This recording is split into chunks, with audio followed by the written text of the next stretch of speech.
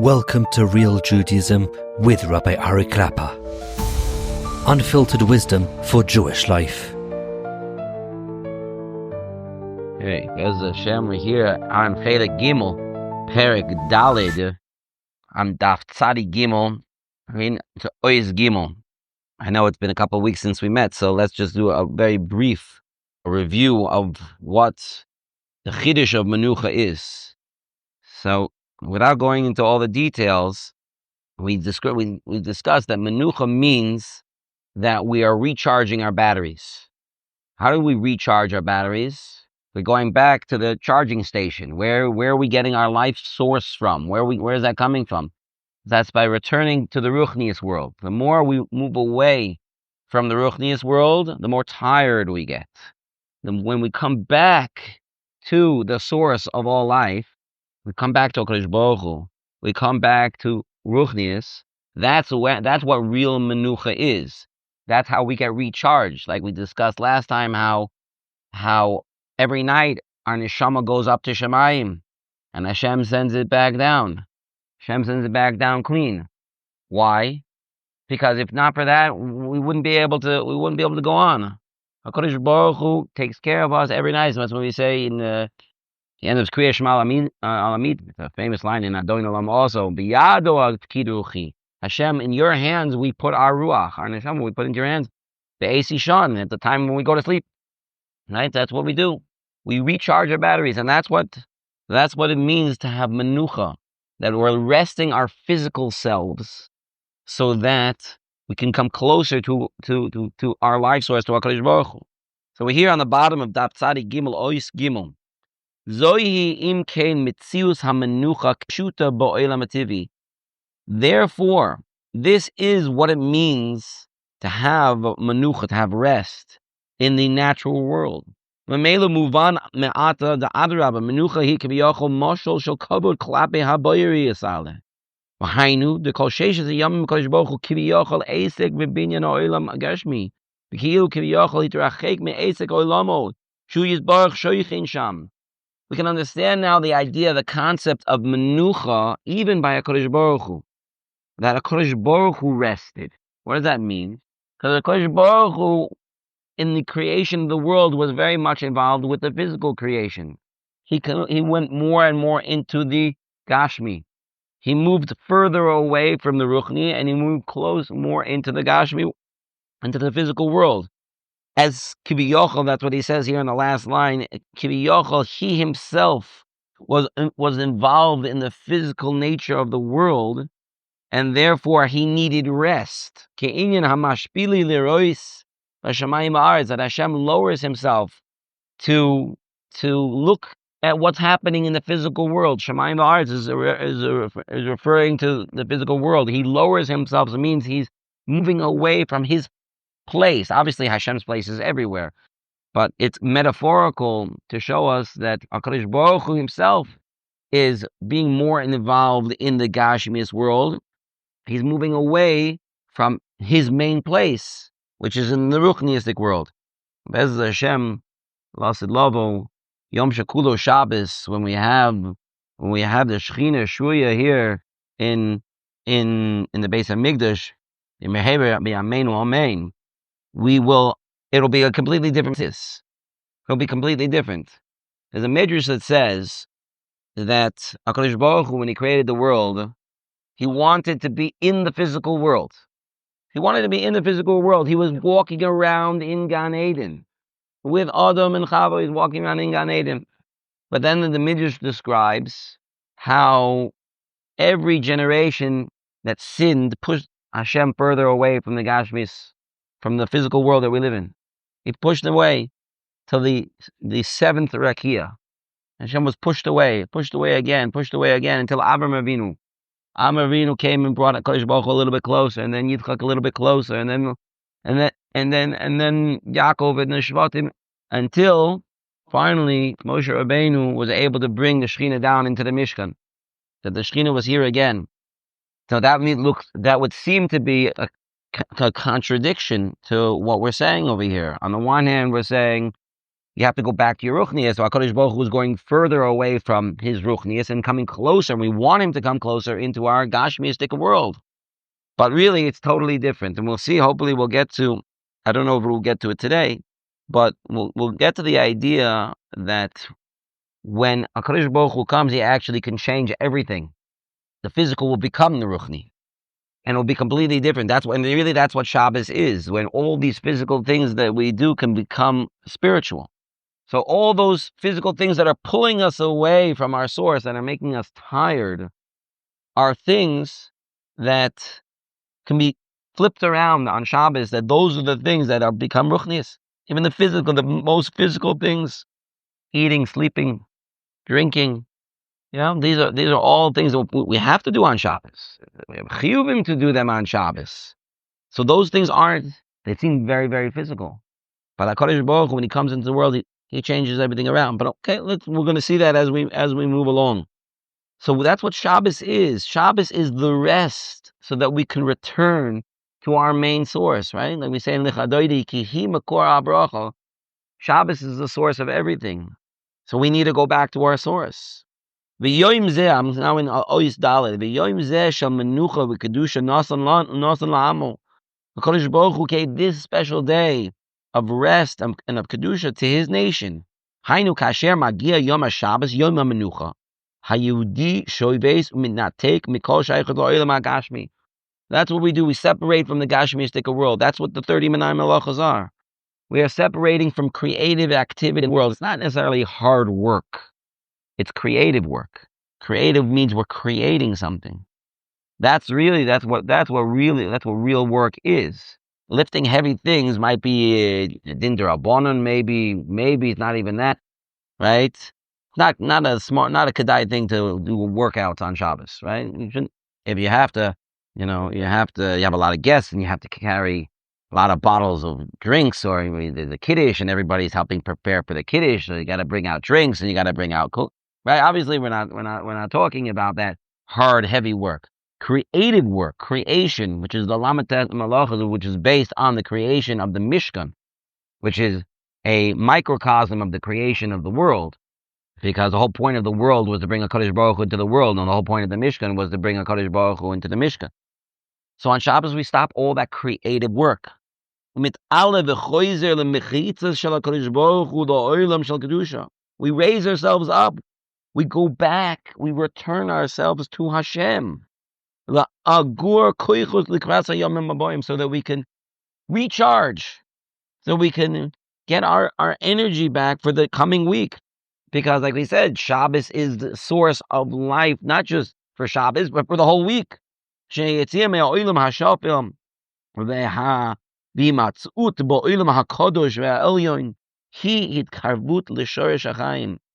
we separate ourselves from this world, we can now reconnect to the source of life.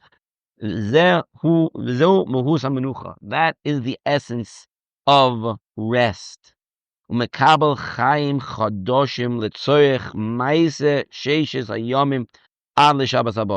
That's we get life. We get life from Shabbos until next Shabbos. Baruch Hashem, we have Shabbos every week. If we wouldn't have Shabbos every week, I don't know what happened.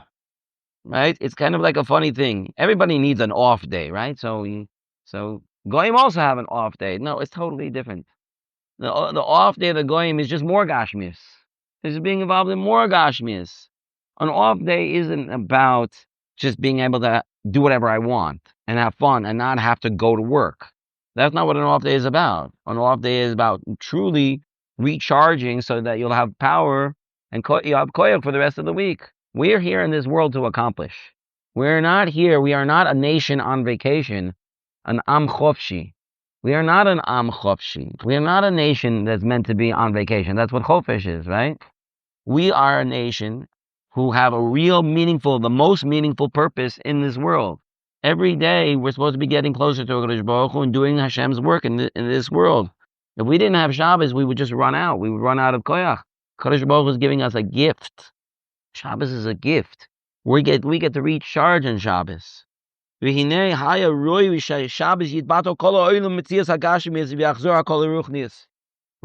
Shabbos should be that just all Gashmiyus should just come to an end on Shabbos. There should just be no Gashmiyus at all. And everything should just be Ruchniyus on Shabbos. That's what should be.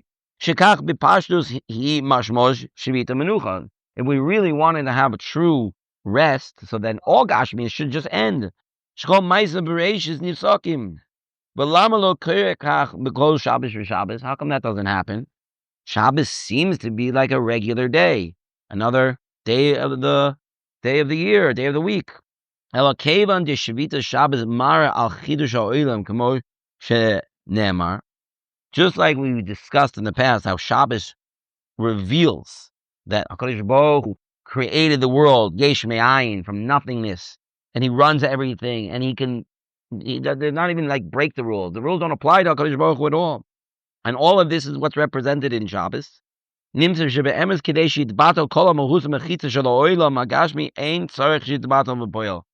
So if that's true, if the main idea of Shabbos is Yichud, the Chidush HaOlam, and therefore the Yichud of HaKadosh Baruch Hu, so we don't need to be Mavatal, the entire physical world. Ela HaKara, just recognizing.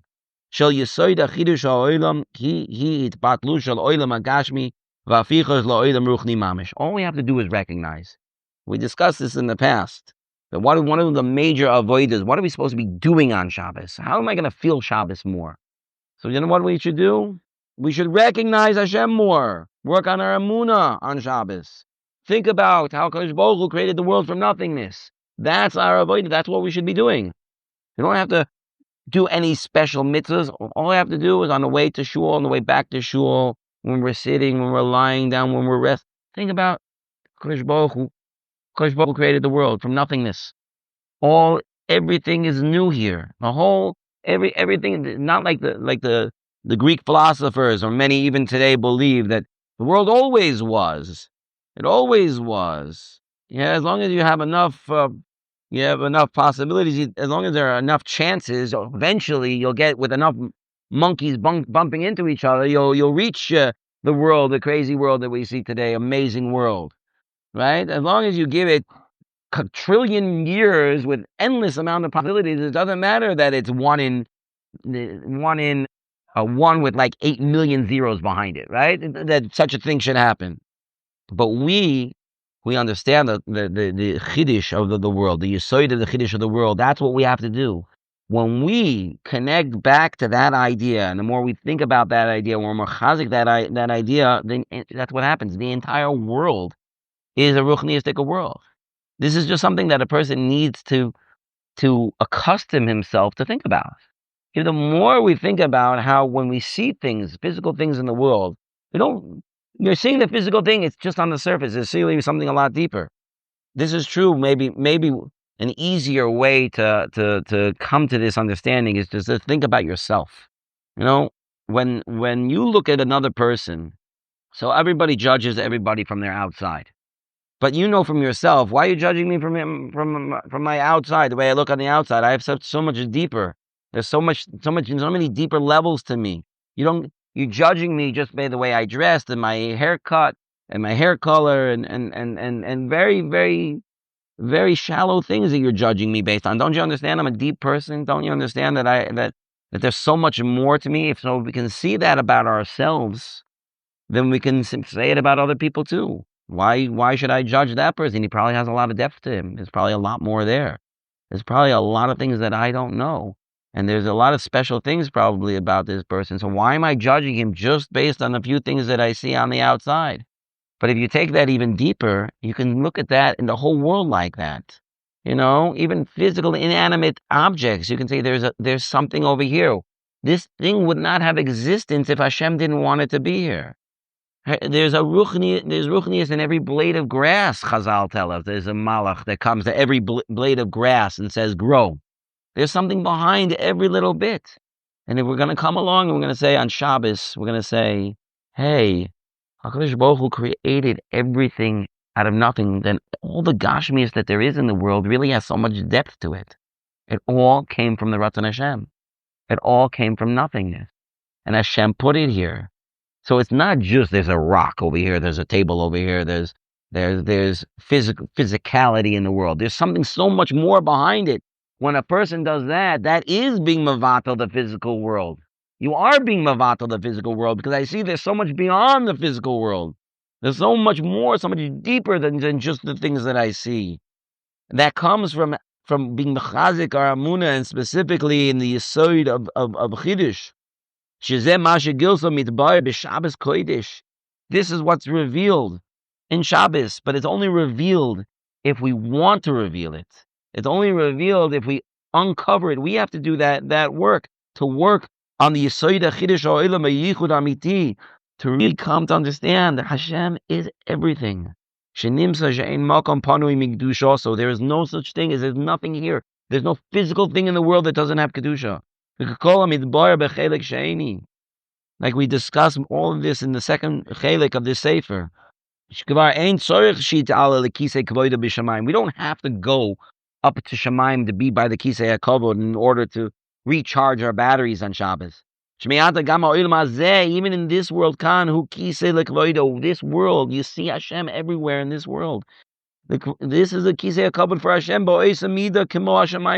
just like up there. Menucha is in this world too, and the Ruchniyus can be in this world too, and that's why we can get Ruchniyus out of what seems to be very Gashmiyus. Now he has a very interesting medrash he brings as a footnote over here. The medrash brings that it doesn't he bring here that it was Tuanis Rufus that asked this question, but I believe that's who it was. And he brings that they asked Rabbi Akiva, Kodesh Baruch Hu, is Kodesh Baruch Hu mechabed Shabbos? Yeah, does HaKadosh Baruch Hu keep Shabbos? If he keeps Shabbos, then how come he blows the winds? And how come he brings the rain? And how come he does all this malacha on Shabbos? Huh? How come Hashem does all this malacha on Shabbos? So Rabbi Akiva answered, what? Shabbos clock. No, a better answer. There's a rule with regards to an Eruv. There's a rule. We need an Eruv because there's so many people living in the same area. The Eruv makes it like we're all mishutafim, that we're all partners in a certain amount of food. Since we're all partners, we can move around. It's a very simple explanation of how an Eruv allows us to move things around, even though each one of us has our own private property, and some of the areas are common areas. Carmel is not Rishon Harabim. An Eruv would not work for a Rishon Harabim at all.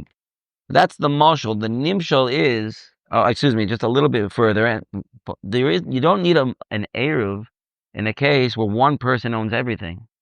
It's just all one person's. I can have guests in my house, right? Everything is all. He doesn't need an Eruv for that. He can move whatever he wants. It's all his. So that's the nimshal. HaKadosh Baruch Hu, the whole world is his. So if the whole world is his, it's not malacha for him to move things around. He doesn't have to move things around. And that's what he says over here in the end of this footnote. Hainu shakusha haisa. What was the question? What was the idea behind the question? Right?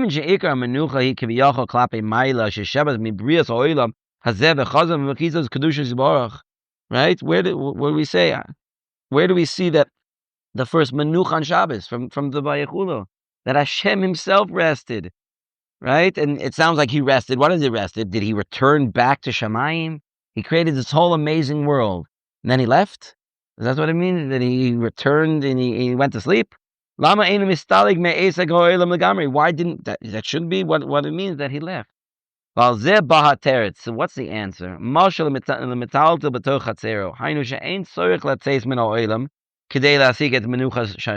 didn't have to leave the world in order to find Menucha.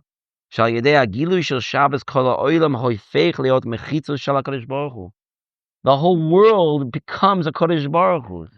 It's not just obviously Hashem. The whole world is Hashem's. That's poshut. That's not what he means over here. What he means over here is much deeper than that. The whole world becomes a ruchniistic world. The whole world. You don't have to go back to the Kisei HaKavod. Right here in this world, he has the Kisei HaKavod. The whole world becomes a ruchniistic world. So he doesn't have to leave the Gashmiyus. The whole world changes. We've discussed in the past that Shabbos lifts up everything. It lifts up all the creations of this world.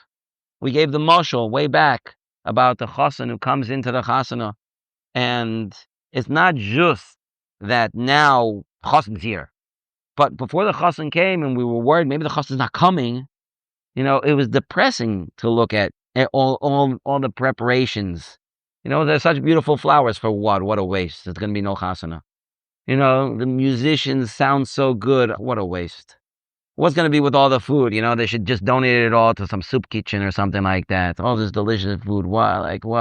Nobody can eat even. The chassan comes in. It's not just, wow, the chassan's here, we can have a chasana. All of a sudden, now the food is tasty. Now I can enjoy the music. Now the flowers look beautiful. Everything changes. So that's why Hashem comes into this world. Hashem makes the whole world different now. The food that we're eating on Shabbos is not just cholent. I'm sorry to say, cholent on Thursday night is not the same. It's not the same as cholent on Shabbos. It's not. The cholent on Shabbos is ruchniyus food. The cholent on Thursday night is fill in the blank, yeah? Stew. It depends. Some people use it as chill. Some people use it as whatever. It's not Shabbos. Maybe you could say that cholent on Sunday and Monday is Shabbos, because that already has the kedusha of Shabbos in it, right? So that is Pashut Pshat in the story with Rebbe and Antoninus. That Antoninus, the Roman emperor, who was friends with Rebbe, with Rabbi Yehuda Anasi, came to Rebbe's house on Shabbos. And it was like a surprise. He came and he sat down and he ate. And he's like, wow, this food is amazing. I never tasted anything. This is a goy. It's a goy. I've never tasted food like this before. I've never tasted. I'm coming back in the week. I want you to make me the same food. Same thing. I'm coming back on Tuesday, Wednesday. Same thing. Okay. Look, the emperor of Rome comes to you. He says he's going to come for lunch. You better make a nice meal. Right? So all the same things were prepared, and he comes and he eats, and he's like, what happened over here? What do you mean what happened? This is not the same food. It doesn't taste the same. I'm telling you, we prepared exactly. Everything is exact. It's not the same. You Jews are playing tricks on me. What'd you do? Why is it not the same? So the Rebbe said, you're right. There's a spice that's missing. I told you. I told you that I wanted everything, and you didn't do it. No, you don't understand. This spice, you can't come on Wednesday. You can only get the spice on Shabbos. You have to come back for Shabbos. That's the only time. The food tastes different. To a goy, it tastes different. Because there's something different about Shabbos. The Gashmiyus changes on Shabbos. The Gashmiyus changes on Shabbos. So HaKadosh Baruch Hu also thinks the whole world is Ruchniyus. The whole world is Ruchniyus. We get recharged. HaKadosh Baruch Hu wants to stay here in this world, together with us in this world. Doesn't have to go up to the Kisei HaKavod. Stay here because the whole world becomes a Ruchniyistic world. That's what Menucha is. That's what it means. We're getting closer to our source. We're getting closer to our Ruchniyus. We're taking away all those things that we have to do during the week, putting them on the side. We are Ruchniyistic beings now. And if we're Ruchniyistic beings, we are recharging who we are from our source. And that's going to give us koyach for the whole week to come. Okay, we're going to stop over here. Koyach.